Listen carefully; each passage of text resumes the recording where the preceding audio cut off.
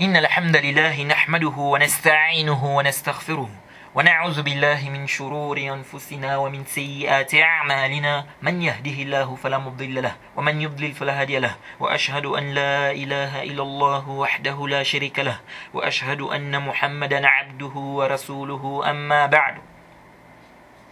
Louange au Créateur des cieux et de la terre, on le loue tout ce qu'il nous accorde comme bien, comme grâce, on lui demande de prier son prophète Mohammed, sallallahu alayhi wa sallam, sa famille, ses compagnons, et tous ceux qui les ont suivis jusqu'au jour de la rétribution. Celui qui a guidé, personne ne peut l'égarer. Celui qui a égaré, personne ne peut le guider. Alors après une interruption, on revient dans notre explication des fondements de la sunna de l'imam Ahmed, rahimahullah. Nous sommes dans le lieu numéro 47, et on demande à Allah de nous faciliter afin qu'on puisse terminer l'explication de ce livre. Il ne nous reste qu'une petite partie. Alors, l'imam Ahmed dit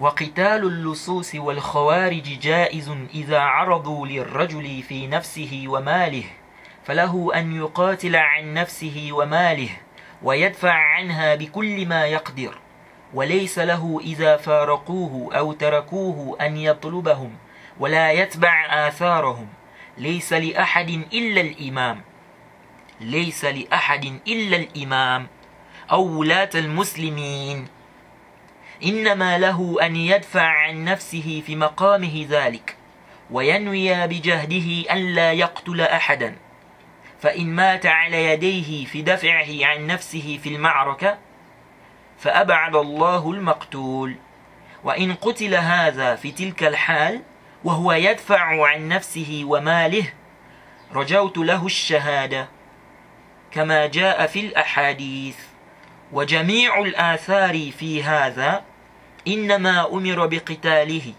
ولم يؤمر بقتله ولا اتباعه ولا يجهز عليه إن سرع أو كان جريحا وإن أخذه أسيرا فليس له أن يقتله ولا يقيم عليه الحد ولكن يرفع أمره إلى من والله الله فيحكم فيه. Alors l'imam Ahmed dit combattre les voleurs et les khawarij est permis s'ils veulent s'en prendre à quelqu'un, à sa vie et à ses biens. Il a le droit de combattre afin de se défendre, de défendre sa personne et ses biens.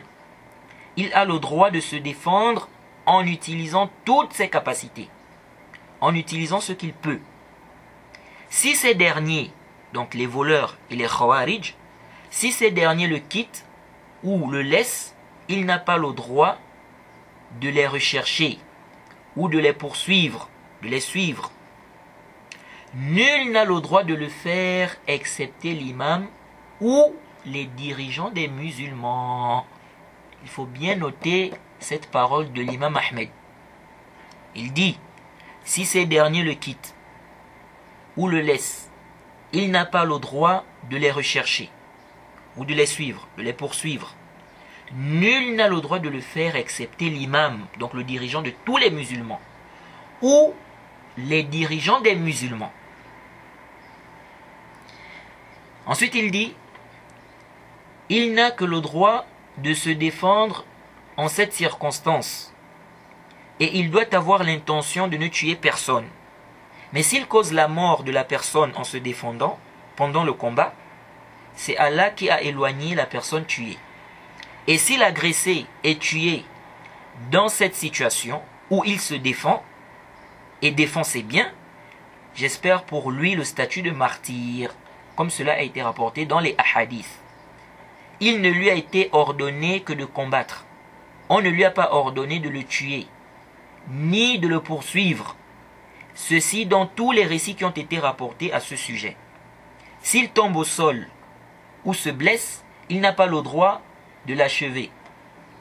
Et s'il l'attrape en captif, donc le voleur, bien le khariji, s'il l'attrape en captif, il n'a pas le droit de le tuer, ni de lui faire subir une peine légale, mais il saisit celui à qui Allah a donné autorité afin qu'il le juge.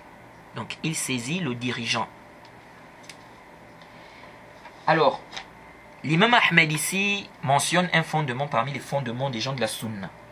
Il mentionne que la personne a le droit de combattre les khawarij et les voleurs s'ils veulent s'en prendre à sa personne, donc à sa vie, et aussi à ses biens. C'est venu dans le Sahih Muslim, le hadith numéro 225, le hadith d'Abi Huraira, radiyallahu anhu. Il dit: جاء رجل إلى رسول الله صلى الله عليه وسلم فقال: يا رسول الله أرأيت إن جاء رجل يريد أخذ مالي؟ قال: فلا تعطه مالك. قال: أرأيت إن قاتلني؟ قال: قاتله. قال: أرأيت إن قتلني؟ قال: فأنت شهيد. قال: أرأيت إن قتلته؟ قال: هو في النار. Donc, Abu Huraira nous dit qu'un homme est venu voir le messager d'Allah. Il lui a dit: ô messager d'Allah, vois-tu si un homme veut prendre mes biens? Donc, que dois-je faire? Quelqu'un veut prendre mes biens. Que dois-je faire?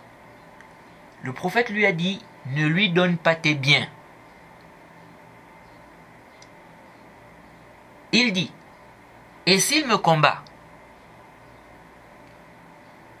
Le prophète lui a dit: combat-le.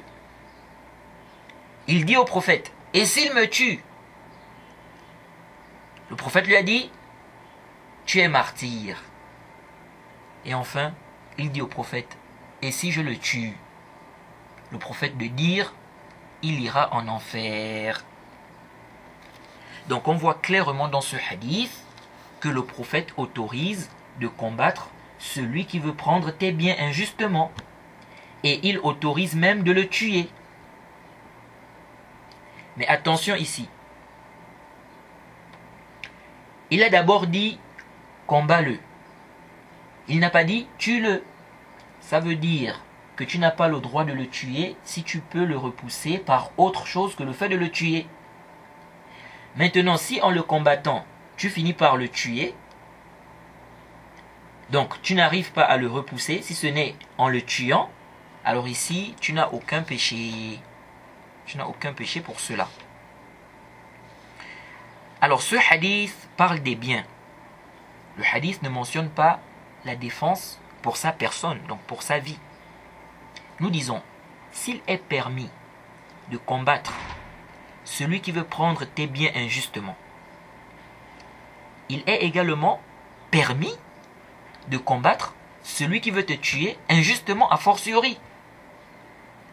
Entre tes biens et ta vie, qu'est-ce qui a plus de valeur? Ta vie. Et c'est venu dans les Sunan Abi Daoud, le hadith numéro 4772. Et l'imam Tirmizi rapporte également ce hadith. C'est le hadith numéro 1421. Et ça a été authentifié par le Cheikh Al-Albani, l'imam Tirmizi et bien d'autres. D'après Saïd ibn Zayd.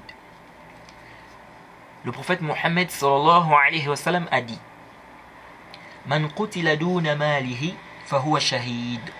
Wa man qutila duna ahlihi aw duna damihi aw duna dinihi fahuwa shahid. Ça c'est la version d'Abu Daoud. Le prophète Mohammed sallallahu alayhi wa sallam a dit: celui qui est tué en défendant ses biens est martyr. Celui qui est tué en défendant sa religion est martyr. En défendant, sa famille est martyr. Ou celui qui est tué en défendant sa vie, donc son sang, ou sa religion est martyr. Ou sa religion est martyr. Donc celui qui est tué en défendant sa religion. Alors ce hadith est clair. Il dit bien celui qui est tué en défendant sa vie, son sang. Donc ce hadith nous montre clairement qu'on a le droit de défendre sa vie, son sang, sa famille même. Et que si en les défendant, on est tué, on est martyr. Si en défendant sa vie, on est tué, on est martyr. Maintenant, une question se pose. Est-ce une obligation de défendre ses biens? Car l'imam Ahmed a dit combattre les voleurs et les khawarij est permis s'ils veulent s'en prendre à la personne, donc à sa vie et à ses biens. Elle a le droit, donc la personne a le droit de combattre afin de se défendre, donc de défendre sa vie et de défendre ses biens. Alors il a dit, elle a le droit, donc la personne a le droit. Mais, est-ce une obligation? La personne a le droit, ok. Mais, est-ce une obligation? C'est-à-dire, si quelqu'un, un voleur ou un khariji, veut prendre tes biens, que ce soit de l'argent ou une voiture ou ton téléphone, etc., est-ce que tu es obligé de défendre ton bien?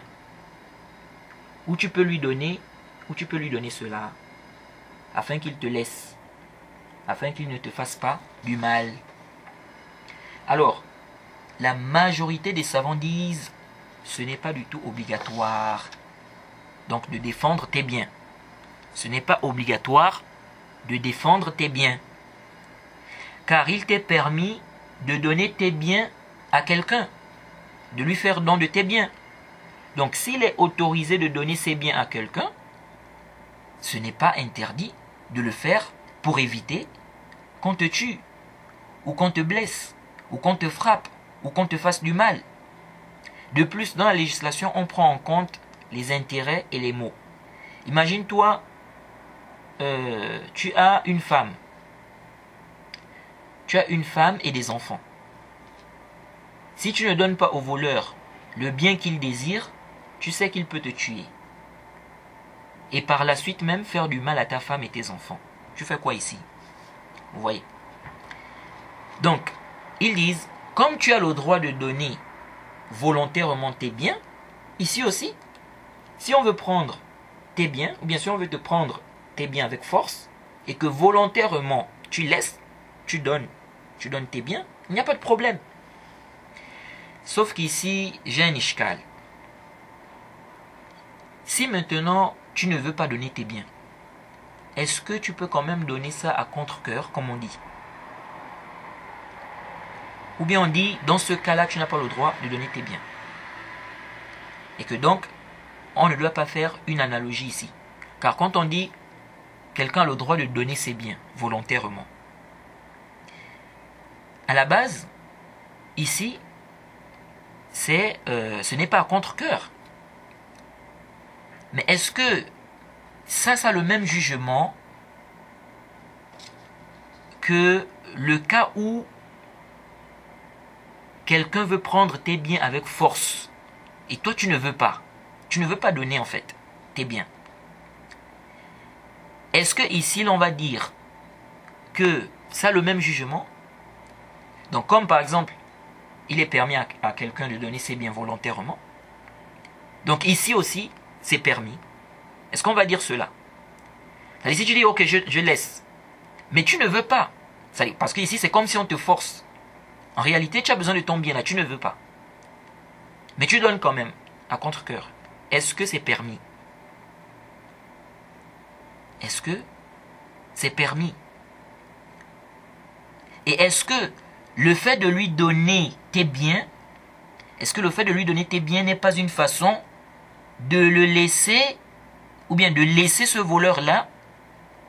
Est-ce que le fait de donner tes biens n'est pas une façon de laisser ce voleur-là faire ce qui est interdit,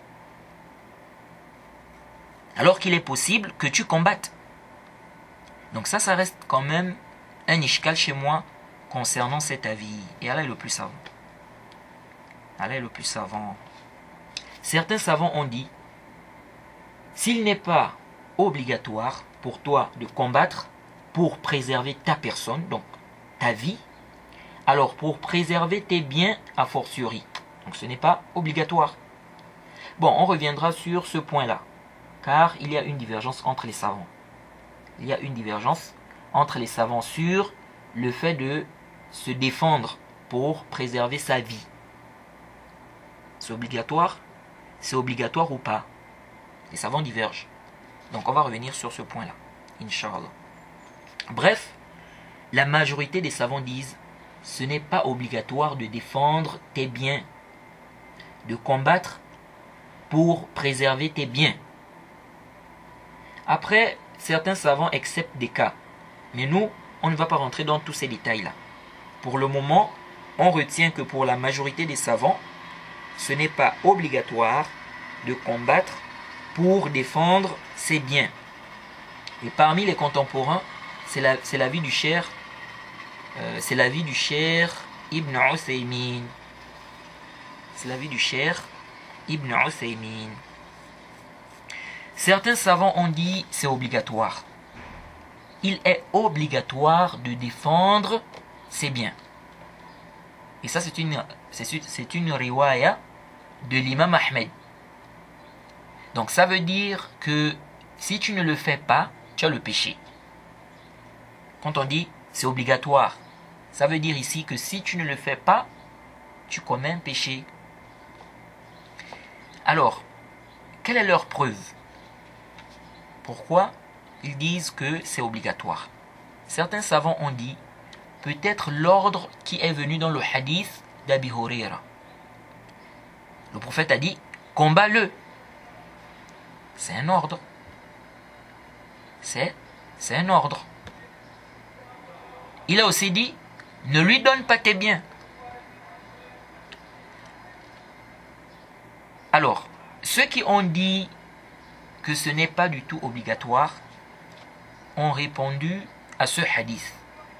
Ils disent ce texte ne montre pas l'interdiction de donner ses biens aux voleurs.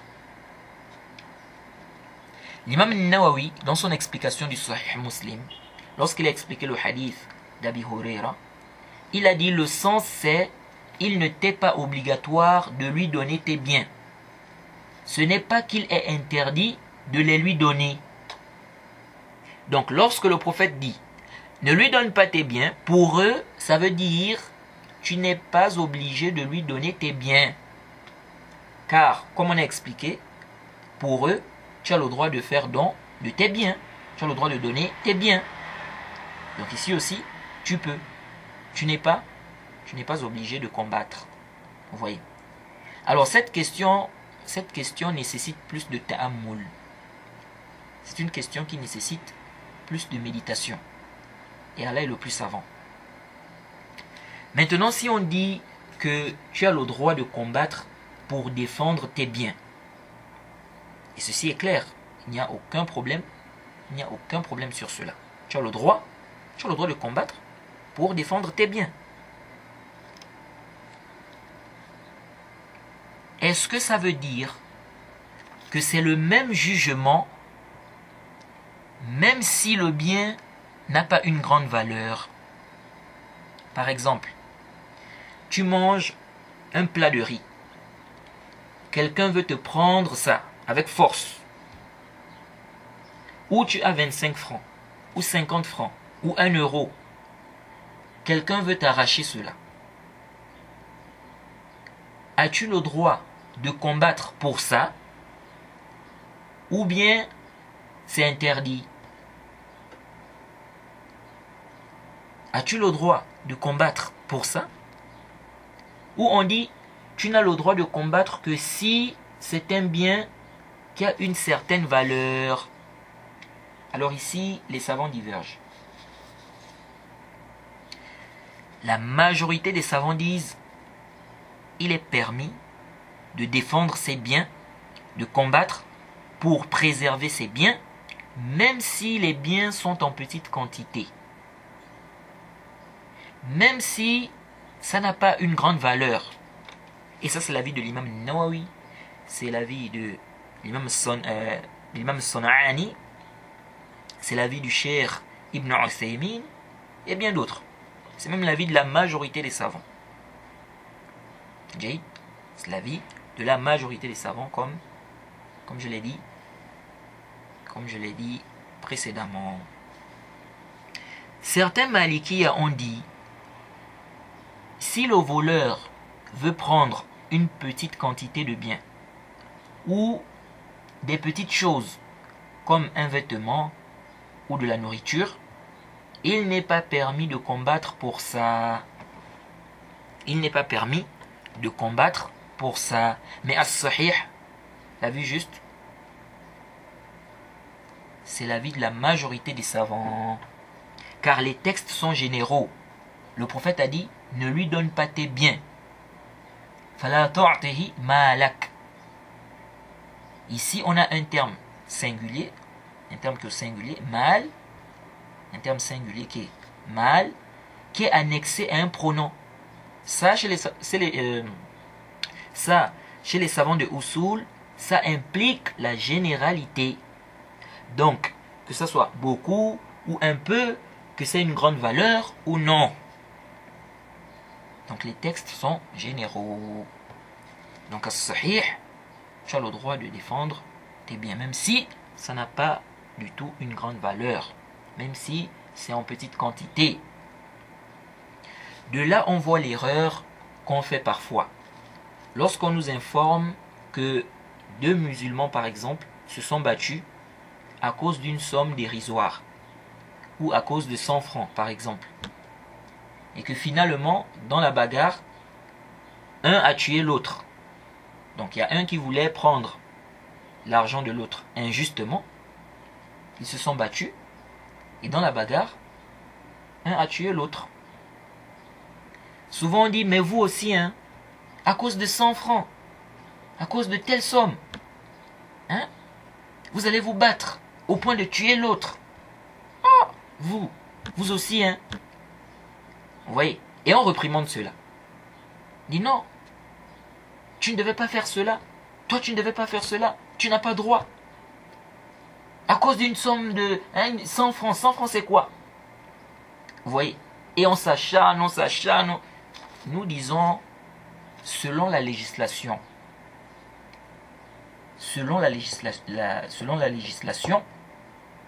celui à qui on a voulu prendre les 100 francs là, ou la somme dérisoire là, il a le droit de défendre son bien, de combattre même pour ça.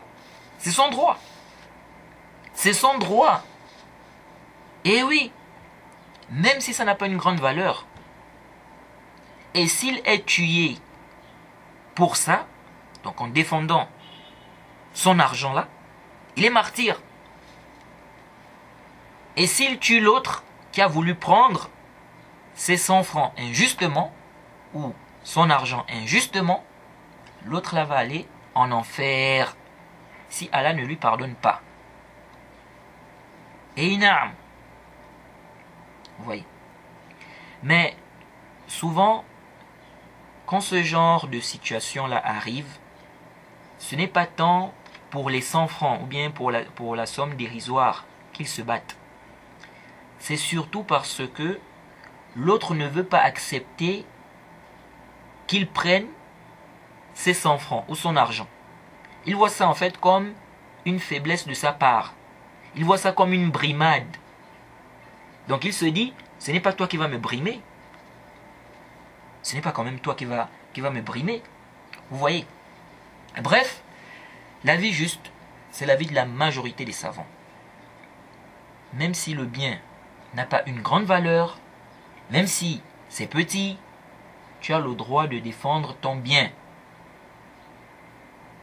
Tu as le droit de défendre ton bien, de combattre pour ça. Et naam. Et si on te tue alors que tu défends ton bien, tu es martyr. Même si ça n'a pas une grande valeur. Les textes ne font pas la différence entre un peu et beaucoup, entre ce qui a une grande valeur et ce qui n'a pas une grande valeur. Alors, on a fini avec la question des biens. On a vu que les savants ont divergé sur le fait de défendre ses biens, c'est obligatoire ou pas.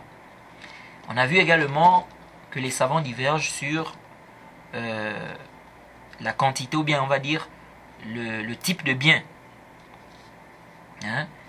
C'est-à-dire, est-ce que un bien qui n'a pas une grande valeur, est-ce qu'on a le droit de défendre ce bien-là?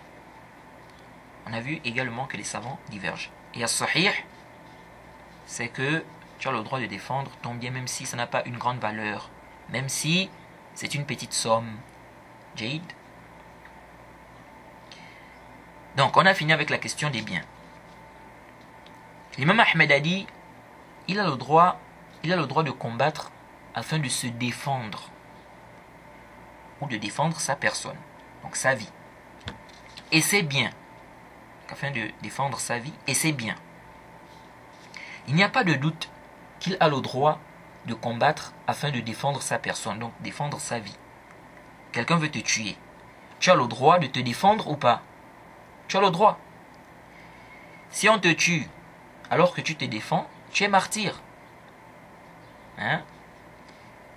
Et on a déjà vu le hadith d'Abi Huraira sur le sujet.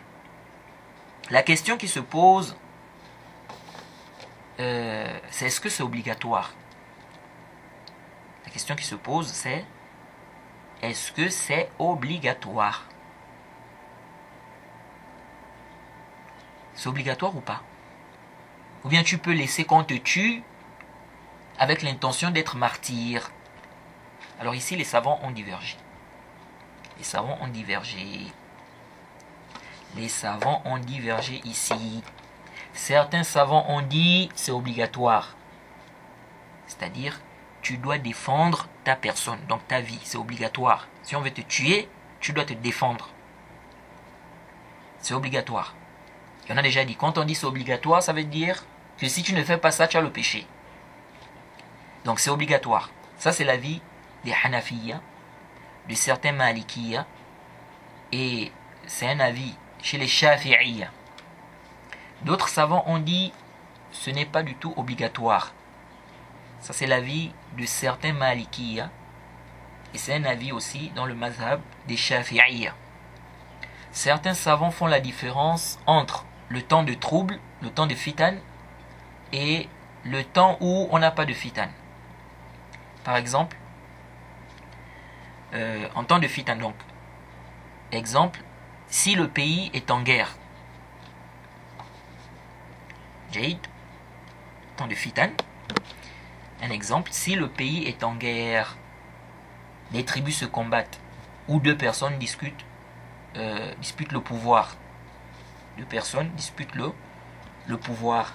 Certains savants disent ici, il est mieux de ne pas combattre. Donc si quelqu'un rentre chez toi pour te tuer, le mieux est de te rendre. Tu ne combats pas, tu patientes. Donc tu le laisses te tuer. Donc même s'il te tue, tu ne fais rien. On rapporte que c'est l'avis d'Ibn al-Arabi, le savant malikite. On rapporte aussi de l'imam Ahmed qu'il dit de ne pas combattre en temps de trouble, donc dans les fitan. Bref, les savants divergent sur le sujet. C'est obligatoire de combattre pour préserver ta personne, si on veut te tuer ou pas. Ceux qui ont dit que c'est obligatoire, ils disent, Allah a dit, وَلَا تُلْقُوا بِأَيْدِيكُمْ إِلَى التَّهْلُكَةِ. Sourate 2, verset 195, Allah dit selon une traduction rapprochée, et ne vous jetez pas par vos propres mains dans la destruction.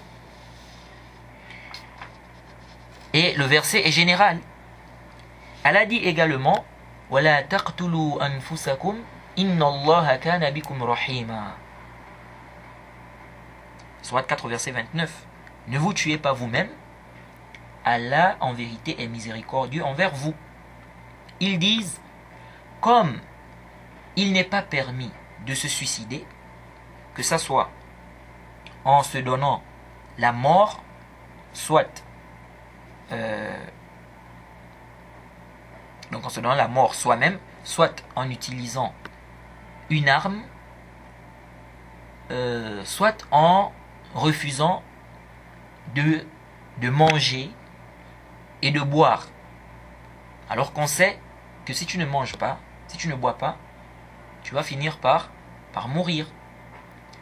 Donc, ils disent, de la même manière qu'il est interdit de se suicider de cette façon, donc de se donner la mort soi-même, soit en utilisant une arme ou en refusant de manger, de boire, Ils disent de cette même manière, la personne n'a pas le droit de laisser qu'on la tue.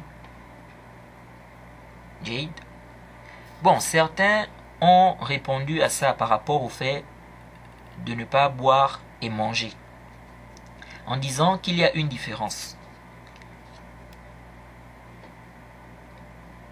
La différence, c'est que délaisser la nourriture, délaisser l'eau, la boisson, ce sont des causes complètes qui entraînent la mort, sans qu'on y ajoute quoi que ce soit. J'ai dit qui cause, ça va causer la mort de la personne, sans qu'on y ajoute quoi que ce soit. Ils disent, or, laisser que le criminel ou le voleur te tue, c'est une cause incomplète de mort, car elle ne peut se concrétiser que par l'acte du criminel ou du voleur. S'il ne fait rien, la personne ne va pas mourir. Vous voyez. Parmi les arguments de ceux qui ont dit que c'est obligatoire, l'analogie avec la bête morte.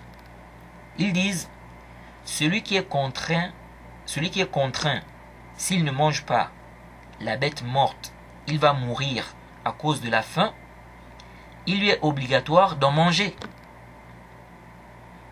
Ils disent, ici aussi c'est pareil, il lui est obligatoire de combattre, de se défendre pour préserver sa vie. Certains savants ont répondu en disant, l'analogie ne tient pas. Car manger la bête morte par contrainte n'entraîne pas la mort de quelqu'un d'autre. Or, combattre ici, celui qui veut te tuer, va entraîner certainement la mort de l'autre. Ils disent donc, ce n'est pas du tout obligatoire. Bon, ça aussi, ça peut être discutable. Parce que, pourquoi ma vie et pourquoi pas la sienne? Et sa vie n'a pas plus de valeur que la mienne. Et est-ce que le laisser me tuer sans rien faire n'est pas une façon de le laisser faire ce qui est interdit?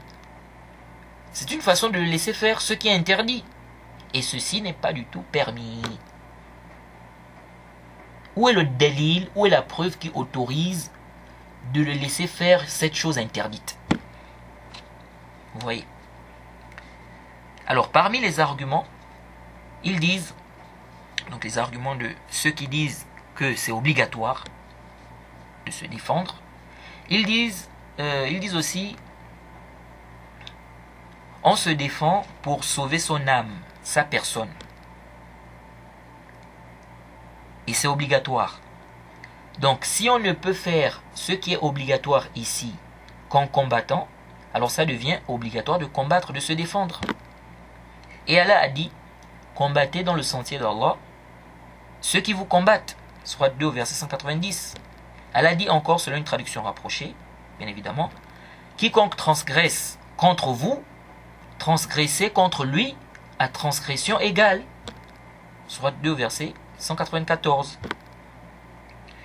Et le prophète a dit, quand on lui a dit, et s'il me combat, donc celui qui veut prendre mes biens. On a vu le hadith quand il a posé la question au prophète. L'homme qui a posé la question au prophète. Il a dit combat-le. Jade. Et c'est un ordre. Vous voyez. Bon, on peut répondre à cela comme on a répondu lorsqu'on a parlé de la question des biens. Jade. Ceux qui ont dit que ce n'est pas du tout obligatoire, que ce n'est pas obligatoire de défendre sa personne, de se défendre si on veut te tuer. Ce n'est pas obligatoire de te défendre si on veut te tuer. Ils disent, Allah a dit, selon une traduction rapprochée, parlant des deux fils de Adam, un a dit à l'autre, si tu étends vers moi ta main pour me tuer, moi je n'étendrai pas vers toi ma main pour te tuer, car je crains Allah, le Seigneur de l'univers. Sourate 5 au verset 28. Ils disent, l'un des fils de Adam ne s'est pas défendu, ça montre que ce n'est pas obligatoire, que le mieux même est de patienter, de ne même pas combattre. Jade. Donc tu laisses qu'on te tue. Mais cet istidlal là, fihi nazar, c'est à revoir, c'est discutable. Car nous disons, où dans le verset il est dit qu'il ne s'est pas défendu. Il fait simplement comprendre que lui, il ne veut pas le tuer, car il craint Allah. Même si lui, il veut le tuer, Jade, lui, il fait comprendre qu'il ne veut pas le tuer. Vous voyez? C'est-à-dire, il est interdit de tuer une âme innocente. Donc, il lui fait comprendre que même s'il décide, lui, de le tuer, cet acte-là, lui, il ne peut pas le faire. Il ne peut pas le tuer, car ce n'est pas permis.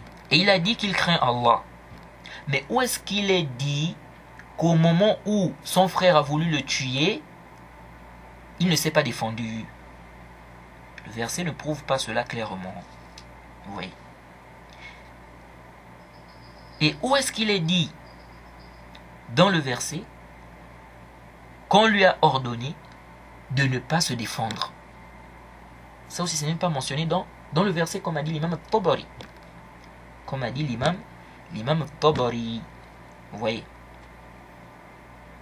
On peut dire, comme certains exégètes ont mentionné, le sens de sa parole, c'est: si toi, tu prends l'intention de me tuer, moi je ne prends pas l'intention de te tuer. Jade, mais de me défendre. Donc je vais me défendre, mais mon intention n'est pas de te tuer. Parce que quelqu'un peut se défendre, Jade, et son intention n'est pas de tuer la personne. Donc c'est-à-dire, ici là, si toi tu prends l'intention de me tuer, moi je ne prends pas l'intention de te tuer. Oui. Mais la question de la défense, c'est-à-dire dans le texte, est-ce qu'il dit ça? Est-ce qu'il dit qu'il ne va pas se défendre? Vous voyez? Ou on dit, si tu décides de me tuer, moi je ne peux pas commencer à te tuer. Si toi tu décides de me tuer, moi je ne peux pas commencer à te tuer. Quant à la question de la défense, le verset ne parle pas de cela. C'est-à-dire, dans le verset, il ne dit pas que je ne veux pas me défendre. Ce n'est pas mentionné clairement dans le verset. Ce n'est pas mentionné. Vous voyez. Ensuite, supposons que c'est le cas. C'est une législation antérieure à la nôtre. Et on a déjà vu dans les 3 fondements que la législation antérieure à la nôtre n'est pas une législation pour nous si dans notre législation, il y a ce qui s'oppose à cette législation antérieure. Et pour les savants qui voient l'obligation de se défendre, pour ces savants-là, il y a dans notre législation ce qui montre l'obligation de se défendre. Vous voyez? Donc on ne peut pas prendre ça comme argument. J'ai donc le verset là. Leur deuxième preuve, ils disent, si on le tue, il sera martyr. Donc le mieux est qu'il ne se défende pas. Ils disent quoi? Si on le tue, il sera martyr. Donc le mieux est qu'il ne se défende pas. Mais ici, il y a un ishkal. Il y a un problème par rapport à cet istidlal, par rapport à cet argumentaire-là. C'est quoi l'ishkal? Est-ce que le statut de martyr mentionné dans le hadith concerne celui qui laisse qu'on le tue, ou bien ça concerne celui qui est tué alors qu'il se défend? Car quand on regarde le hadith d'Abi Huraira, où l'homme dit au prophète, s'il me combat, le prophète lui dit, combat-le. Après il dit, et s'il me tue, le prophète lui dit, tu es martyr. Est-ce qu'il vise ici, s'il me tue sans me défendre, ou bien il vise, s'il me tue lors de ce combat? Donc quand je vais le combattre, point d'interrogation. Parce que certains savants, lorsqu'ils ont expliqué le hadith où le prophète dit celui qui est tué en défendant ses biens est martyr, celui qui est tué en défendant sa personne, donc son sang, sa vie, est martyr, lorsqu'ils ont expliqué ce hadith, ils ont dit, c'est-à-dire pendant qu'il défend ses biens. Lorsqu'ils ont expliqué le hadith, lorsqu'on dit celui qui est tué en défendant ses biens est martyr, ils ont dit pendant qu'il défend ses biens, c'est-à-dire en défendant ses biens. Donc celui qui est tué en défendant ses biens, il est alors martyr dans l'au-delà. Donc celui qui est tué en défendant sa vie, son sang, il est alors martyr dans l'au-delà. Vous voyez un peu? Donc, ça reste un ishkal. Ça reste un ishkal. Car si on dit que c'est obligatoire de se défendre, ça veut dire que s'il ne le fait pas, alors qu'il est capable de le faire, il a la capacité, il commet un péché. Et donc, est-ce qu'il sera martyr? Donc s'il laisse comme ça qu'on le tue, alors qu'il a la capacité de se défendre. Si on dit que c'est obligatoire, ça veut dire que s'il ne le fait pas, il commet un péché. Donc, est-ce qu'il sera martyr? Point d'interrogation.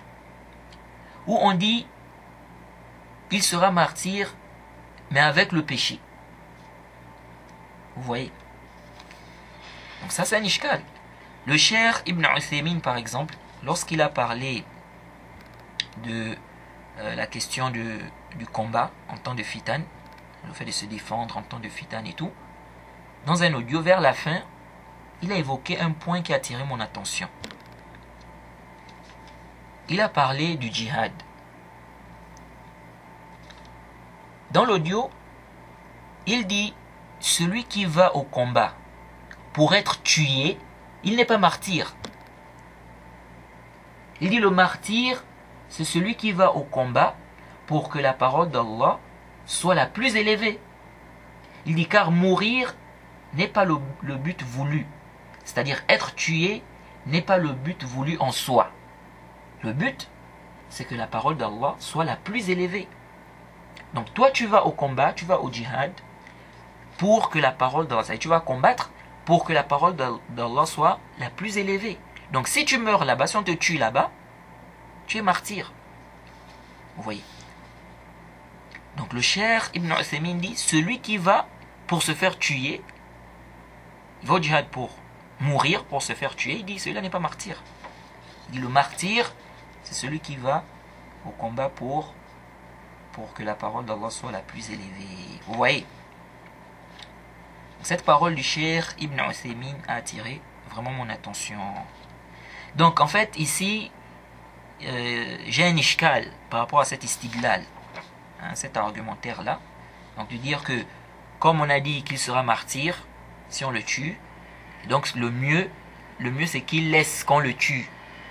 Vous voyez? J'ai un ishkal par rapport à cela. Parce que ici là, celui qui est voulu, quand on dit qu'il sera martyr, il s'agit de qui? Celui qui laisse qu'on le tue ou celui qui est tué en se défendant? Oui. Donc ça c'est un ishkal. C'est un ishkal que j'ai qui est là. Et elle est le plus savant. Alors, certains disent, on a deux mots ici. Le fait qu'il tue et le fait qu'il laisse qu'on le tue. Ils disent le moindre mal, c'est qu'il laisse qu'on le tue. Il sera martyr. Il sera martyr. Ça c'est très discutable. On peut plutôt dire le contraire. c'est laisser qu'on le tue qui est pire. Car premièrement, sa vie est sacrée. Or l'autre, en voulant le tuer, il est en train de transgresser. S'il ne peut le repousser qu'en le tuant, et qu'il le tue, il n'a aucun péché. D'ailleurs, celui qui a voulu le tuer là, ira en enfer, comme le prophète a dit. Donc si Allah ne lui pardonne pas. Vous voyez. Donc celui qui veut tuer l'autre injustement, il s'est mis dans une posture qui fait en sorte qu'il est permis de le tuer si on ne peut le repousser qu'en le tuant. Or, lui, il ne lui est pas permis de tuer celui qu'il veut tuer là. Deuxièmement, le fait de ne pas se défendre et laisser qu'on le tue, ça peut causer plus de dégâts. Car le voleur en question, qui veut le tuer, ou celui qui veut prendre ses biens, qui veut le tuer et prendre ses biens-là, il peut continuer cet acte. Il peut continuer cet acte-là et tuer plusieurs musulmans comme ça, en voyant qu'ils agissent ainsi. Car pour eux, il est mieux de ne pas se défendre. Ou encore, on a le droit de ne pas se défendre. Vous voyez. Des mécréants peuvent même profiter de ça pour faire du mal à plusieurs musulmans. Et le mal va se répandre. Or, en se défendant, on essaie de repousser ce mal. On repousse le mal comme on peut. Vous voyez. Alors, ceux qui font la différence entre le fait de se défendre en temps de trouble, bien combattre en temps de trouble, et combattre lorsqu'il n'y a pas de trouble, ou se défendre lorsqu'il n'y a pas de trouble. Ceux qui font cette différence-là, ils prennent les textes où on demande de s'écarter des fitanes, de ne pas combattre. Les textes où on comprend que si on veut te tuer, ne te défends pas. Par exemple, ils prennent comme argument le hadith d'Abi Dharr, où il est dit que le prophète a dit, parlant des temps, des fitanes, etc. Il a dit à Abi Dharr, فَإِنْ خَشِيتَ أَنْ يَبْهَرَكَ شُعَاعُ السَّيْفِ فَأَلْقِ ثَوْبَكَ عَلَى وَجْهِكَ يَبُوءُ بِاسْمِكَ وَاسْمِهِ. C'est rapporté par Imam Abu Daoud, c'est le hadith numéro 4261, Ibn Majah, c'est le hadith numéro 3958, et bien d'autres. Et c'est authentifié par Al-Hakim et bien d'autres. En fait, on nous dit au début du hadith qu'Abu Dharr a demandé au prophète, lorsqu'il a parlé des écoulements de sang, des fitanes, il a dit au prophète, ne dois-je pas prendre mon épée et la mettre sur mon épaule? Le prophète lui a dit, tu auras alors participé donc à la fitna. Il lui a dit, que m'ordonnes-tu de faire alors? Il a dit, reste chez toi. On dit qu'il a dit, reste chez toi. Dans le récit, on dit, il a dit, et si on rentre chez moi? Ah, donc si on rentre chez moi, par exemple pour me faire du mal, le prophète lui a dit, si tu crains, on dit que le prophète lui a dit, si tu crains l'éclat de l'épée sur toi, donc si tu crains qu'on te tue, mets ton vêtement au visage, donc afin de ne pas voir, afin de ne pas voir, vous voyez, donc mets ton vêtement au visage, vous voyez, donc afin de ne pas voir. Donc ne combat pas, on comprend de là qu'il ne doit pas combattre. En fait, on comprend de là une permission de ne pas combattre. Vous voyez. Car il ne lui a pas dit prends ton épée. Il lui a dit, mets ton vêtement au visage. Vous voyez. Ceci, afin de ne pas voir. Ensuite, il lui a dit, pardon, ensuite il lui a dit, le tueur portera alors le péché de t'avoir tué et le reste de ses péchés. L'aspect argumentatif, ils disent, ça montre la permission de ne pas combattre. Vous voyez. Deuxième argument, ils disent, Othman ibn Affan. Othman ibn Affan a délaissé le combat lorsqu'on est venu pour le tuer. C'est-à-dire il ne s'est pas défendu. Pourtant il pouvait se défendre. Il a même refusé que les gens le défendent. Il a patienté. Il dit si ce n'était pas permis, les compagnons allaient réprimander cela. Bon, on avait déjà expliqué dans l'audio numéro 39 pourquoi Othman avait délaissé le combat. C'est-à-dire pourquoi il ne s'était pas défendu. Pourquoi il ne s'était pas défendu et pourquoi il avait interdit aux gens de le défendre. On avait expliqué cela vers la fin de l'audio. On avait dit que Othman savait qu'il devait forcément être tué, car le prophète le lui avait déjà dit. Il a aussi voulu éviter un plus grand mal. Vous voyez. Bref, prendre ça comme argument pour interdire de se défendre ou dire que c'est meilleur de ne pas se défendre en temps de fitan, en temps de trouble de manière absolue, ça c'est à revoir, c'est discutable. Il cite aussi le hadith où on dit que le prophète a dit, parlant des fitan, soit le serviteur d'Allah qui est tué et non le serviteur d'Allah qui tue. Vous voyez. Bref, ils ont pris les textes qui montrent qu'il ne faut pas combattre en temps de trouble, en temps de fitan, ou des textes où on voit en apparence qu'il est mieux de ne pas combattre et tout ça. Il y a plusieurs textes où on voit qu'il ne faut pas rentrer dans les combats, dans un combat en temps de fitan, etc. Alors, en fait, cette mas'ala, ces masaïl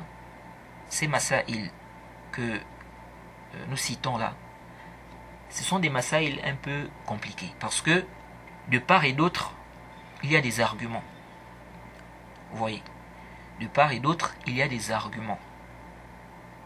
Et quand on regarde les textes, on voit des textes qui montrent qu'on doit se défendre. Quand on regarde ce texte, on voit qu'il faut se défendre. On voit d'autres textes, en apparence, quand on regarde, on voit qu'on peut ne pas se défendre. Vous voyez un peu. Et ce qui fait que vraiment, il y a eu tout un débat entre les savants sur ces questions-là. Alors, nous disons, l'avis que nous trouvons juste, Allah est le plus savant, c'est qu'il est obligatoire de se défendre. Si on veut te tuer, tu dois obligatoirement te défendre. Si tu ne le fais pas, tu commets un péché. Parce que le fait qu'on veuille te tuer injustement, ceci n'est pas permis. C'est interdit. On n'a pas le droit de tuer une personne sans droit. Donc laisser quelqu'un te tuer, c'est le laisser faire ce qui est interdit. Et ceci n'est pas permis. Tu dois réprimander le mal du mieux que tu peux. Vous voyez. Et en fait, la question revient à un point. Est-ce un droit ou c'est une obligation? Vous voyez. Bref, l'avis que nous trouvons juste, aller le plus savant, c'est qu'il est obligatoire de défendre sa personne. C'est-à-dire, si on veut te tuer, tu dois te défendre, c'est obligatoire. Quant au texte qui montre qu'on doit délaisser le combat en temps de fitan, en temps de trouble, nous disons, comme certains savants ont dit, ça c'est dans le cas où tu ne sais pas qui a raison, qui a tort. Hein? Ça, c'est dans le cas où on ne sait pas qui a raison, qui a tort. Mais si tu sais qui a raison, qui a tort, alors tu dois secourir ceux qui ont raison. Le prophète a ordonné de secourir ton frère opprimé. Le prophète a dit Unsur akhaka zaliman ou mazlouman. Le hadith dans Sahih al-Bukhari, le hadith numéro 2444. Le prophète a dit secours ton frère, qu'il soit oppresseur ou opprimé. Comment secourir l'oppresseur? En l'empêchant de commettre l'injustice. Vous voyez. Donc, les textes où on dit de ne pas rentrer, ou les textes où on comprend qu'il ne faut pas rentrer dans les combats en temps de fitan, ou dans le combat en temps de fitan, il s'agit du cas où on ne sait pas. Hein? C'est-à-dire où on dit de ne pas rentrer on demande de ne pas rentrer dans la fitna. Ça, c'est le cas où on ne sait pas où est la vérité. Mais si on sait qui est l'oppresseur, qui est l'opprimé, ici on doit soutenir l'opprimé. Et aussi on doit soutenir, et on doit secourir l'opprimé, on doit aussi secourir l'oppresseur. Comment on va secourir l'oppresseur? En l'empêchant de commettre son injustice. Vous voyez. Maintenant, intabihu huna. Est-ce que secourir l'opprimé est une obligation sur tous les musulmans de façon individuelle? Non.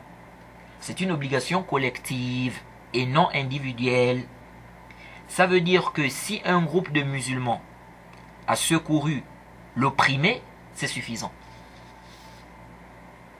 Les autres ne sont plus obligés de secourir cette personne. Okay. Donc celui qui est opprimé, car il a déjà été secouru. Vous voyez. Déjà l'obligation c'est sur celui qui peut, car Allah n'impose pas une âme ce qui est au-dessus de ses capacités. Vous voyez. Et l'imam Nawawi, dans son explication du Sahih Muslim, au tome 14, à la page 28, l'édition Al-Kutub al-Ilmiya, il dit وَأَمَّا النَّصْرُ الْمَظْلُومِ فَمِنْ فُرُوضِ الْكِفَايَةِ وهو من جملة الأمر بالمعروف والنهي عن المنكر وإنما يتوجه الأمر به على من قدر عليه ولم يخف ضررا ولم يخف ضررا.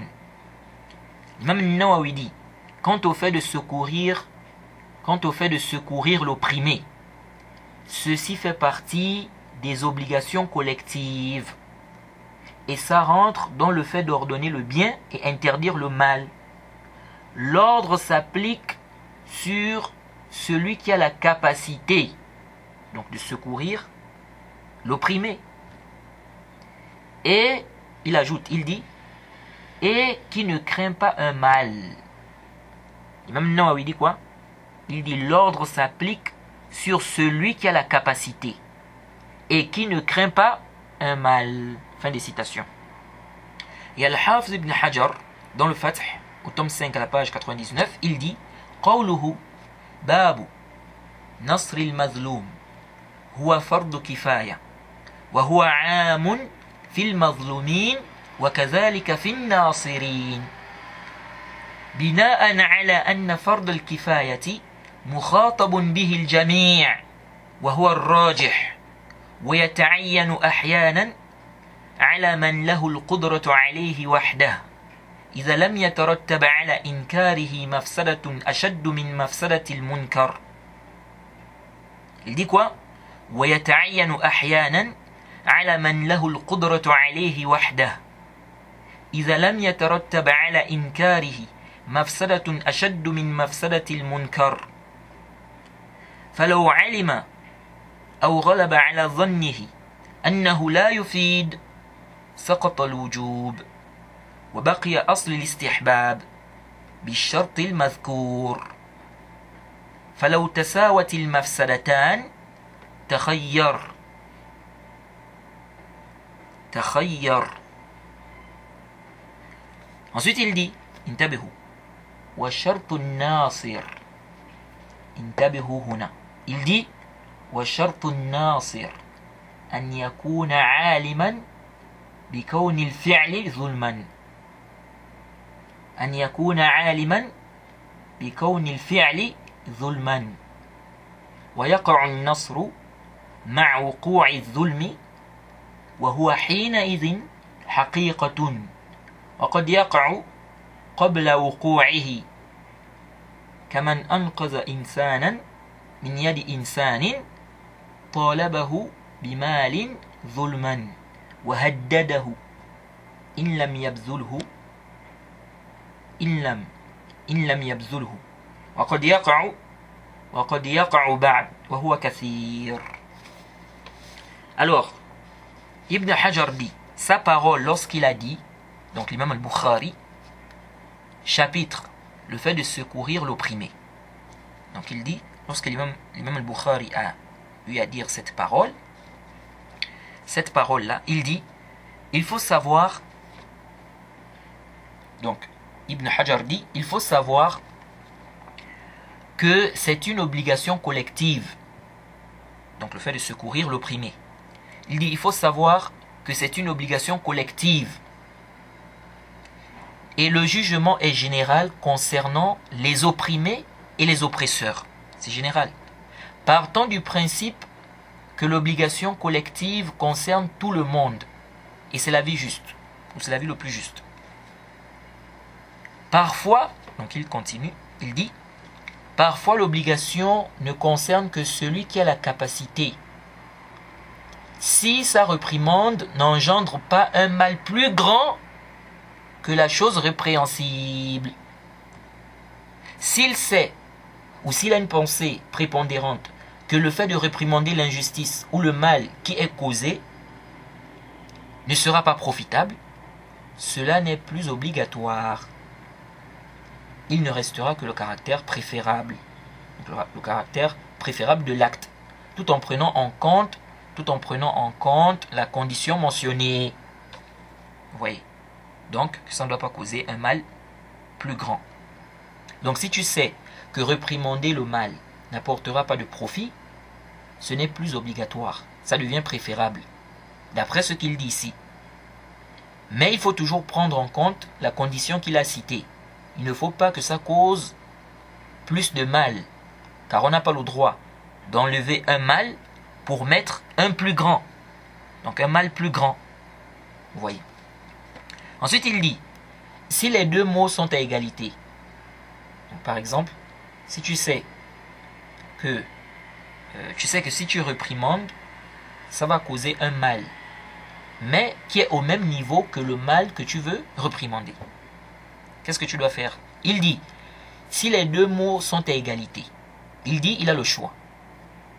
Donc la personne a le choix entre réprimander et laisser. Ensuite il dit, la condition, il dit, la condition concernant le secoureur, donc celui qui veut secourir l'opprimé là. Il dit, la condition concernant le secoureur est qu'il sache. Donc, quelqu'un veut secourir une personne.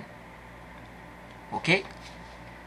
Il prétend que cette personne est opprimée. Ou bien on dit, il faut secourir des gens.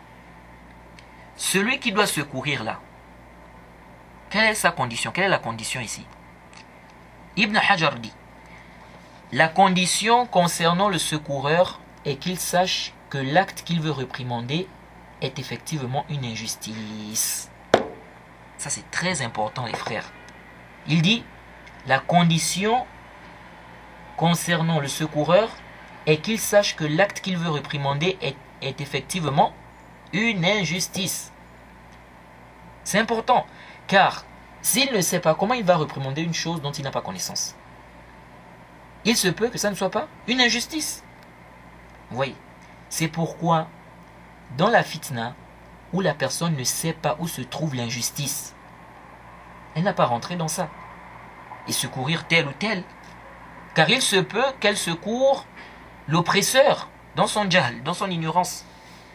Vous voyez. C'est pourquoi les gens sont en train, si les gens sont en train de s'entretuer, il y a une fitna qui est là. On tue là-bas, on tue là-bas, on tue là-bas, on tue là-bas. Tu ne sais pas ce qui se passe. On dit ne rentre pas. Ne rentre pas dans cette fitna. Vous voyez. C'est pourquoi forcer quelqu'un à rentrer dans une fitna où les gens sont en train de s'entretuer et il ne sait pas ce qui se passe, il ne sait pas qui est l'opprimé, qui est l'oppresseur, il ne comprend rien. Tu ne lui expliques rien du tout.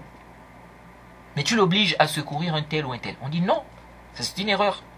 C'est complètement c'est faux. Il doit d'abord prendre connaissance qu'effectivement, il y a de l'injustice. Tel est opprimé, hein? Tel est oppresseur. À ce moment-là, il est obligatoire ou il doit obligatoirement secourir l'opprimé, tout en prenant en compte la condition qu'Ibn Hajar a mentionnée. Donc ça ne doit pas causer un plus grand mal. Parce que comme on a dit, on ne doit pas enlever ou bien réprimander, enlever un mal pour apporter un plus grand que celui qu'on veut enlever ou celui qu'on va enlever. Vous voyez. Donc, rentrer comme ça dans une fitna, la personne ne comprend rien du tout. Elle-même, cette personne elle peut même causer des injustices en fait. Elle peut elle-même causer des injustices parce qu'elle rentre dans une fitna, elle ne comprend rien du tout, rien. C'est juste parce que bon, elle a été forcée par quelqu'un. Vous voyez. Rentre là-bas, un secours tel. La personne ne comprend rien, la personne est perdue. Elle est maintenant là, hein, on fait comment? L'autre est là-bas, non, il faut secourir tel. Non, c'est tel, non, tel là-bas, non. Vous voyez. Donc, intabihu lihaza. Parce qu'en général, lorsque deux personnes sont en conflit, chacun des deux prétend être l'opprimé. En général, c'est comme ça. Donc tu verras que les deux appellent les gens à les secourir. Dans ce cas, qu'est-ce qui vient trancher? La législation, les preuves. C'est ce qui va montrer que tel est effectivement opprimé et tel est oppresseur. Donc ce n'est pas la passion. Ce n'est pas tout celui qui prétend être opprimé qu'il est réellement. Vous voyez.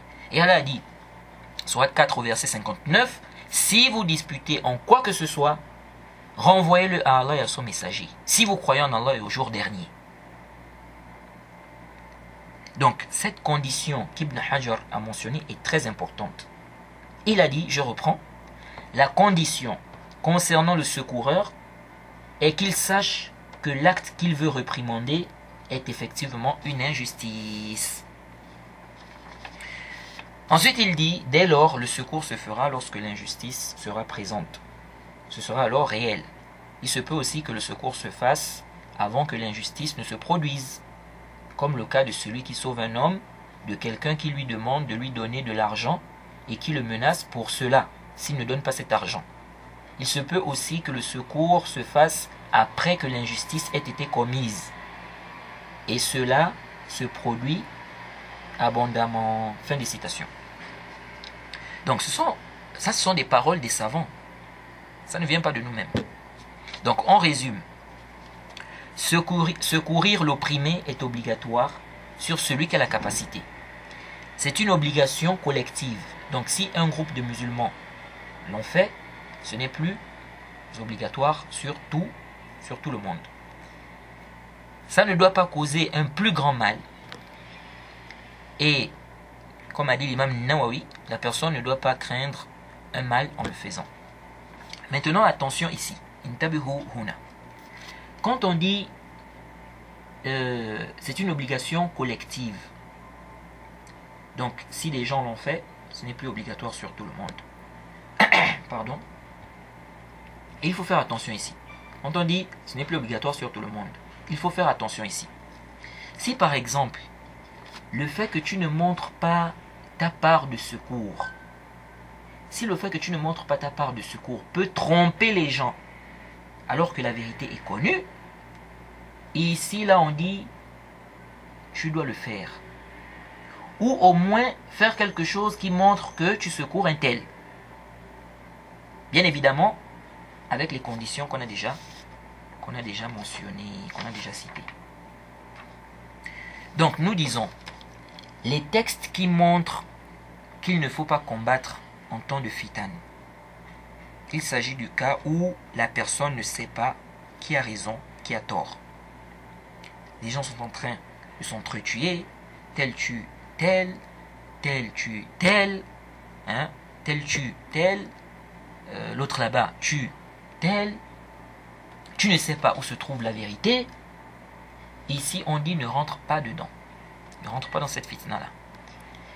Maintenant, est-ce que ça veut dire que si quelqu'un rentre chez toi pour te tuer, tu ne dois pas te défendre? Ah, la question nécessite plus de ta'ammul, plus de méditation. Car si on regarde certains textes qui parlent du combat en temps de fitane, on comprend qu'il n'est pas du tout obligé il n'est pas du tout obligatoire de se défendre. Il n'est pas du tout obligatoire de se défendre. Mais quand on prend aussi en compte d'autres textes, on voit aussi qu'il faut se défendre. Vous voyez, donc ça cause problème. Ça cause problème. C'est pourquoi ces masaïl-là, c'est un peu compliqué. Mais je tiens à rappeler un point important ici. Certains citent certains textes où on comprend clairement qu'il est mieux de ne pas rentrer dans le combat en temps de fitane. Ou qu'il ne faut pas rentrer dans le combat en temps de fitane. Donc en temps de trouble. Ils prennent ce genre de texte-là pour dire que même si on veut te tuer, tu n'as pas le droit de te défendre. Ceci est très discutable. C'est à revoir. Car ce genre de texte ne peuvent être des arguments pour interdire de se défendre en temps de trouble que si ces textes-là font mention du cas où on veut te tuer. Du cas où on veut te tuer. Car il y a une différence entre rentrer dans un combat dès le départ et combattre quelqu'un en te défendant. Car il veut te faire du mal, il veut te tuer. C'est-à-dire, tu ne rentres pas dans un combat. Mais quelqu'un vient te trouver. Il veut te trouver par exemple chez toi. Pour te tuer, c'est-à-dire il veut te tuer. Jade. Ici, par exemple, si tu te défends, est-ce que c'est la même chose? On dit qu'il y a une différence entre les deux. Il y a une différence entre le premier cas, donc le fait de ne pas rentrer dans le combat, et le cas où on vient te trouver, quelqu'un vient te trouver pour te tuer. Donc, cette deuxième catégorie de texte parle du fait de ne pas rentrer dans le combat en temps de fitane, ou bien en temps de fitna. Mais, ça ne dit pas que si on veut te tuer, tu ne dois pas te défendre. Et intabihu, je parle des textes où on comprend, on voit qu'il ne faut pas rentrer dans la fitna, ou bien il ne faut pas combattre en temps de fitna. Jade, des textes où on demande de rester chez soi. Ce genre de texte-là, on a des textes comme ça. Ces textes-là ne font pas mention. On a des textes, c'est-à-dire où on demande de ne pas rentrer dans le combat en temps de fitan, ou en temps de fitna. Et dans ces textes-là, on ne fait pas mention du cas où on vient t'attaquer chez toi, où on vient te tuer chez toi. Donc, nous disons, ce genre de texte-là, on ne peut pas prendre ça comme argument pour interdire à quelqu'un de se défendre si on veut le tuer chez lui. Car pour prendre ça comme argument, il faut que dans ces textes-là, il est fait mention de ce cas. Vous voyez, c'est pourquoi le Cheikh al-Islam Ibn Taymiyyah a fait allusion à cette différence que je viens de mentionner. C'est-à-dire entre le fait de rentrer dans le combat en temps de fitan, bien en temps de fitna, et le fait de te défendre. Il dit dans Minhaj Sunnah, au tome 5 à la page 150, il dit وَفَرْقٌ بَيْنَ مَنْ تُقَاتِلُهُ دَفْعًا وَبَيْنَ مَنْ تُقَاتِلُهُ ابْتِدَاءً ولهذا هل يجوز في حال الفتنة قتال الدفع فيه عن أحمد روايتان لتعارض الآثار والمعاني. Le Cheikh al-Islam Ibn Taymiyyah dit quoi? Il dit bien ici وَفَرْقٌ بَيْنَ مَنْ تُقَاتِلُهُ دَفْعًا وَبَيْنَ مَنْ تُقَاتِلُهُ ابْتِدَاءً ولهذا هل يجوز في حال الفتنة قتال الدفع فيه عن أحمد روايتان لتعارض الآثار والمعاني. Il dit il y a une différence entre celui que tu combats afin de te défendre, celui que tu combats afin de te défendre et celui que tu combats dès le départ. Il dit c'est pourquoi est-ce que le combat défensif est permis en temps de trouble, en temps de fitan? Donc, est-ce que c'est permis de te défendre? Il dit, il y a deux avis rapportés de l'imam Ahmed à cause des textes qui se contredisent. Bien évidemment, en apparence. Oui, c'est pourquoi la question, elle est, c'est vraiment, il y a vraiment des ishkalat. Hein, c'est masaïl là. Parce que quand on regarde les textes, on voit, là je n'ai pas cité tous les textes qui sont venus sur le sujet, hein. J'ai juste cité quelques textes. Oui. Alors, il dit donc, il y a deux avis rapportés de l'imam Ahmed à cause des textes qui se contredisent donc. Des textes qui se contredisent en apparence. Et les sens et les sagesses voulues. Fin des citations. Oui. Donc, il y a une différence entre rentrer dans le combat dès le départ et combattre car tu te défends. Quelqu'un, en temps de trouble, est venu pour te tuer. Toi, tu te défends. C'est deux cas différents, Jade.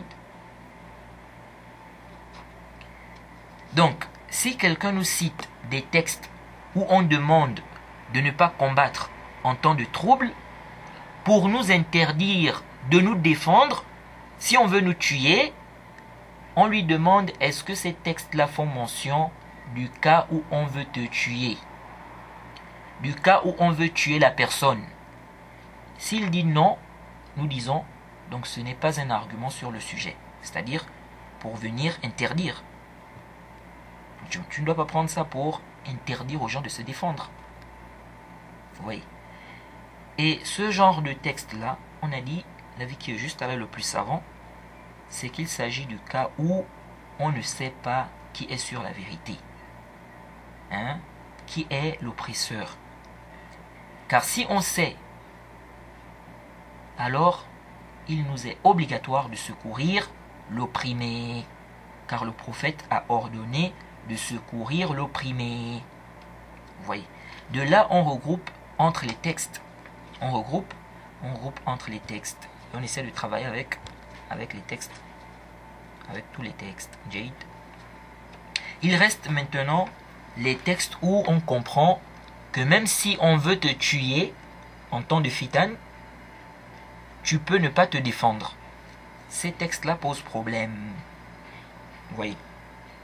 Mais il n'y a pas de doute que ces textes-là ne concernent pas le cas où il n'y a pas de fitan, il n'y a pas de trouble. Hein? Le pays est en paix, quelqu'un rentre dans ta maison pour te tuer. Et ici, tu dois obligatoirement te défendre. Selon la vie juste.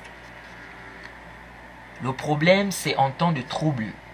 En temps de trouble dans le pays, par exemple. Hein, il y a par exemple la guerre dans le pays. Les gens sont en train de s'entretuer. Hein, si quelqu'un rentre chez toi pour te tuer, tu te défends ou pas? C'est là l'ishkal. Vous voyez.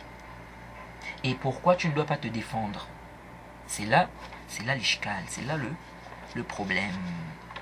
Alors le Cheikh Ibn Uthaymin dit, il est obligatoire de te défendre, il est obligatoire de te défendre pour préserver ta vie, sauf en cas de trouble. Donc lorsque les gens s'entretuent. Il dit ici, ce n'est pas obligatoire de te défendre ce n'est pas du tout obligatoire de te défendre pour préserver ta vie. Mais le Cheikh Ibn Uthaymin dit, est-ce que ça veut dire que c'est interdit ou on regarde les intérêts? Donc on regarde les intérêts et les mots. Il dit on regarde les intérêts et les mots. Il fait comprendre en fait que quelqu'un peut être dans un endroit où il y a la guerre, les gens s'entretuent, mais s'il tue celui qui veut le tuer, ça ne va pas causer de mal. Ici, il dit, il peut le tuer. Donc, il peut tuer la personne en se défendant. Vous voyez. Comme il se peut aussi que celui qui veut le tuer soit issu d'une grande famille ou d'une grande tribu. Donc, s'il le tue, il y aura encore des fitanes. Pourquoi? Car, par exemple, sa famille, sa famille ou sa tribu va chercher à se venger en le tuant, lui et toute sa famille par exemple. Et ça peut augmenter les troubles. Vous voyez. Le Cheikh Ibn Uthaymin dit, la personne doit regarder les intérêts et les mots. Et il dit, la personne doit regarder l'intérêt général et non l'intérêt personnel. Vous voyez. Ça c'est en résumé la position du Cheikh Ibn Uthaymin. Alors revenons aux propos de l'imam Ahmed. Il a dit, combattre les voleurs et les khawarij est permis, s'ils veulent s'en prendre à la personne, donc à sa vie, à ses biens. Elle a le droit de se défendre, donc la personne. Elle a le droit de se défendre et de défendre ses biens. Il a dit, elle a le droit. Et ça, il n'y a pas de doute. La personne a le droit de se défendre. Mais est-ce qu'on va dire que c'est une obligation? On a vu la divergence des savants sur le sujet et on a détaillé, on a détaillé cela, on a expliqué cela. Jade. Ensuite, l'imam Ahmed a dit, si ces derniers, donc les voleurs et les khawarij, si ces derniers le quittent ou le laissent, il n'a pas le droit de les rechercher ou de les suivre, de les poursuivre. Nul n'a le droit de le faire excepté l'imam. Donc l'imam de tous les musulmans, le dirigeant de tous les musulmans. Ou les dirigeants des musulmans. Alors ici, il y a un point très important qu'il faut comprendre.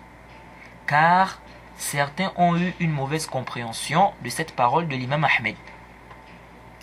Et un frère de Côte d'Ivoire, le frère Aïssa, qu'Allah le préserve, qui a eu un ishkal par rapport à cette parole de l'imam Ahmed.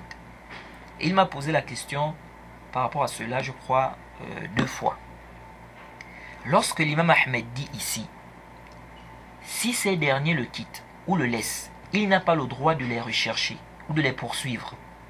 Est-ce que ça veut dire que s'ils te prennent ou s'ils te volent ton bien, tu n'as pas le droit de les poursuivre pour prendre ton bien? Quelqu'un te vole le téléphone en route. Quelqu'un te vole le téléphone en route. Ou il te vole le sac, il te vole ton sac.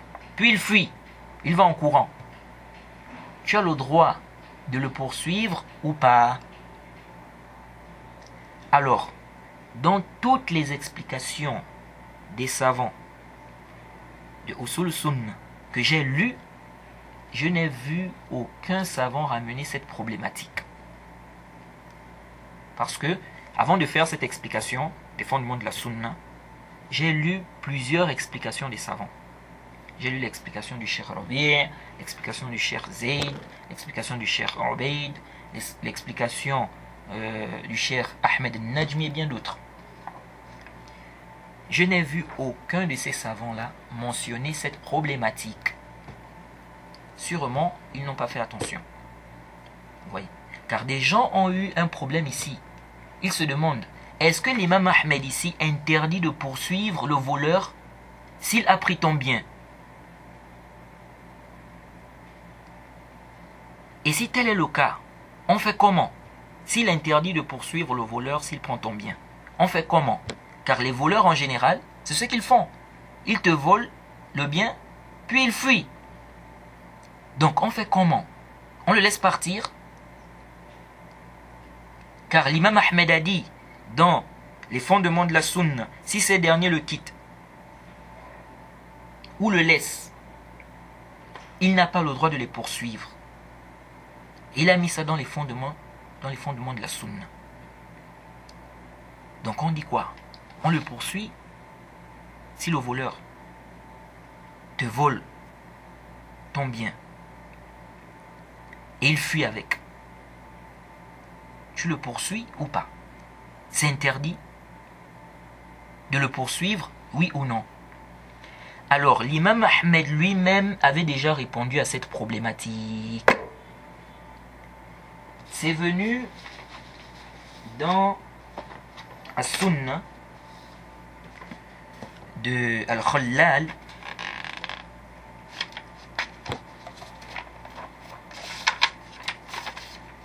le récit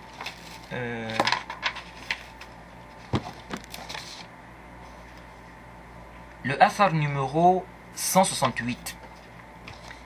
Il a dit, ça c'est au premier tome,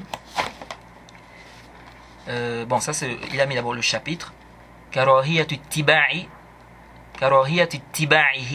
idha walla, karahiyatu ittiba'ihi idha walla. Donc le fait qu'il est déconseillé de le suivre s'il s'en va, donc le voleur. Il a dit, حدثني زكريا ابن يحيى ثنا أبو طالب سمع أبا عبد الله قال فإن ولى فليدعه ولا يتبعه. قيل له فإن أخذ مالي وذهب أتبعه؟ قال إن أخذ مالك فاتبعه. قال النبي صلى الله عليه وسلم من قاتل دون ماله فأنت تطلب مالك فإن ألقاه إليك فلا تتبعه ولا تضربه ولا تضربه دعه يذهب وإن لم يلقه إليك ثم ضربته وأنت لا تنوي قتله إنما تريد تأخذ شيئك وتدفعه عن نفسك فإن مات فليس عليك شيء لأنك إنما تقاتل دون مالك. Et dans un autre athar, toujours dans le même livre, le athar numéro 174, il a dit أخبرنا محمد بن المنذر قال ثنى أحمد بن الحسن أنه قال لأبي عبد الله فإن هرب أتبعه؟ قال لا إلا أن يكون متاعك معه. قال لا إلا أن يكون متاعك معه. Alors, il dit ici, donc Al-Khallal, il dit Zakaria ibn Yahya m'a dit qu'Abu Talib nous a dit qu'il a entendu Abu Abdillah, donc l'imam Ahmed, dire, parlant des voleurs, ou parlant du voleur, il a dit s'il s'en va, parlant du voleur, il a dit s'il s'en va, qu'il ne le poursuive pas, ou qu'il ne le suive pas. On lui a dit, s'il prend mes biens et s'en va, dois-je le poursuivre? Il a dit, s'il prend tes biens poursuit le prophète a dit, celui qui combat en défendant ses biens. Bon, ici, je ne sais pas si c'est une erreur de l'imam Ahmed ou c'est une erreur de copie, donc ceux qui ont imprimé le livre ou ceux qui ont fait la copie du livre, ou bien c'est une autre version qui m'a échappé, parce que j'ai cherché cette version du hadith, donc avec ces termes-là, je n'ai pas trouvé cela. Le hadith, ce qui est connu, c'est que le prophète a dit Man qutila duna malihi, celui qui est tué en défendant ses biens. Mais ici, là, il a dit Man qatala duna malihi. Donc je ne sais pas, est-ce que c'était normalement Man qutila duna malihi et il y a eu une erreur au niveau de la copie, ou bien c'est l'imam Ahmed lui-même qui s'est trompé, ou bien c'est une version qui m'a échappé. Mais ça m'étonnerait quand même, parce que dans le même livre, ça m'étonnerait que ça soit une erreur de l'imam Ahmed. Wallahu a'lam, allez le plus savant. Parce que dans le même livre, le même athar est cité dans l'autre chapitre, dans le chapitre qui vient, donc dans le chapitre d'après.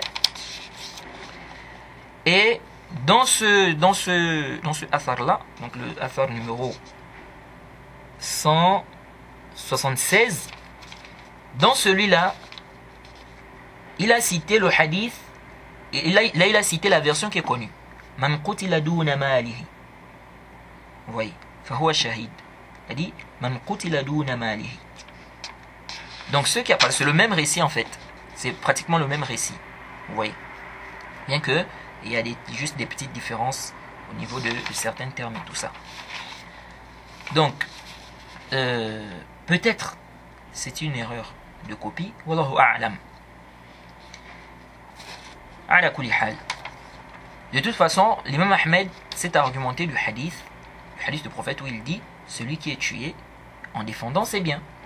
Ensuite, il a dit quoi? Il a dit intabihu. Il a dit car tu veux tes biens. S'il te lance ça, donc ce qu'il t'a pris, ne le poursuis plus. Ne le frappe pas, laisse-le partir. S'il ne te lance pas tes biens qu'il a pris et que tu le frappes, ton intention n'est pas de le tuer. Ce que tu veux, c'est prendre ce qui t'appartient, ta chose, et te défendre, le repousser. Si dans cette condition-là, il meurt, alors tu n'as aucun dommage à payer. Tu n'as aucun problème. Car tu ne combats que pour défendre tes biens. Vous voyez. Et dans l'autre athar, il a dit, Mohammed ibn al-Munzir m'a informé, il a dit, Ahmed ibn al-Hassan nous a dit qu'il a dit à Abu Abdillah, donc à l'imam Ahmed, mais s'il fuit, donc le voleur, il a dit, mais s'il fuit, dois-je le suivre ou le poursuivre? Il a dit non, sauf si tes biens ou tes bagages sont avec lui. Il a dit quoi? Sauf si tes biens ou tes bagages, sont avec lui. Fin des citations.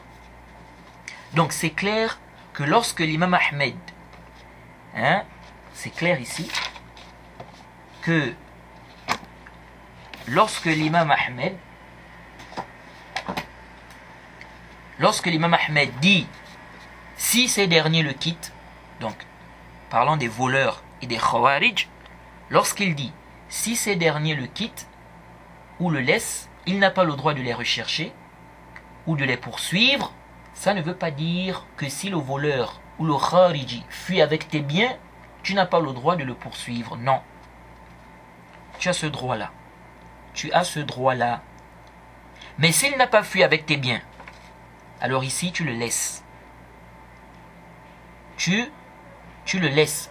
Car tu le poursuis encore pourquoi? Il a laissé ton bien, il a laissé tes biens. Son cas maintenant revient aux dirigeants, aux autorités.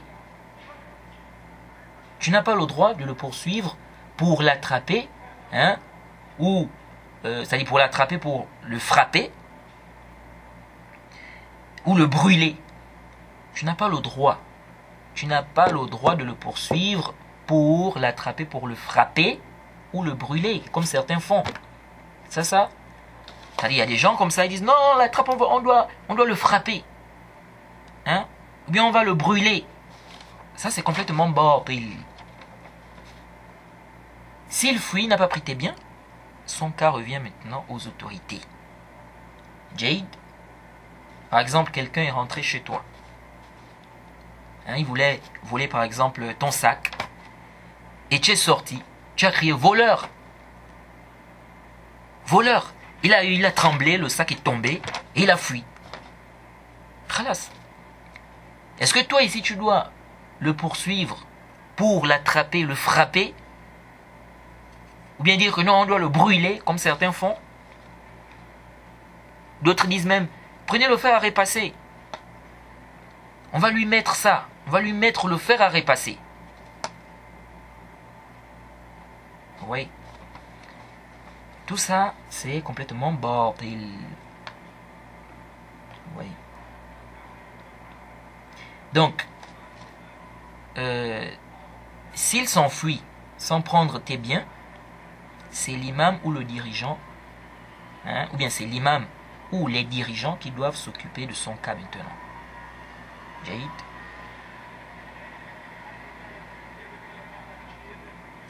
Maintenant, dans le cours prochain, Inch'Allah, on va parler de sa punition. Parce que l'imam Ahmed a dit quoi? L'imam Ahmed ici dit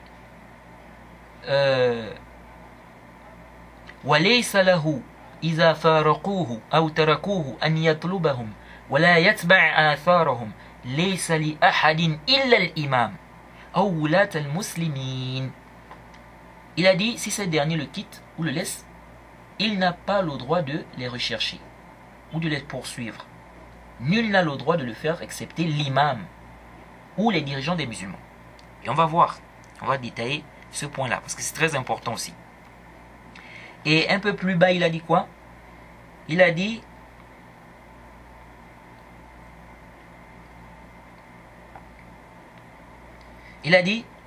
وَجَمِيعُ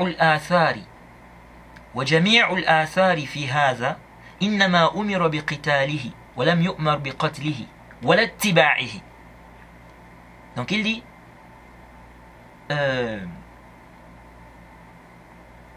dans tout ce qui a été rapporté, ok, dans tout ce qui a été rapporté, ou bien on ne lui a ordonné que de combattre, on ne lui a pas ordonné de le tuer, ni de le poursuivre,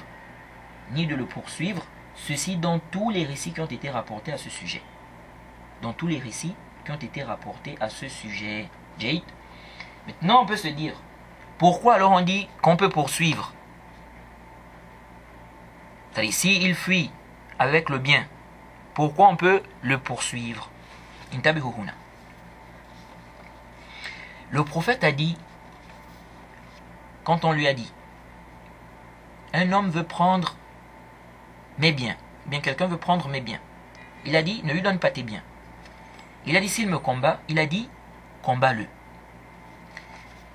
Donc, du moment où il veut prendre ton argent, tes biens, tu as le droit de défendre, tu as le droit de défendre tes biens, de combattre.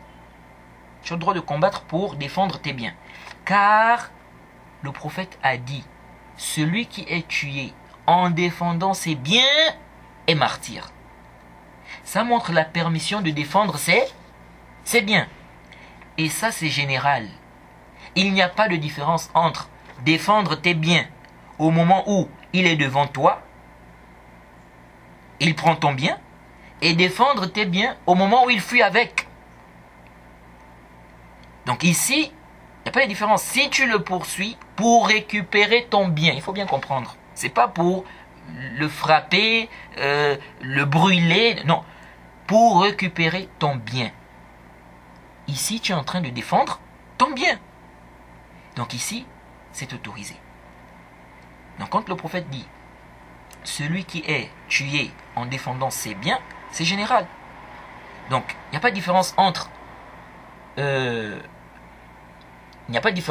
défendre tes biens au moment où il est devant toi, il prend ton bien, il est devant toi, et au moment où il est en train de fuir, tu vois comment il est en train de fuir.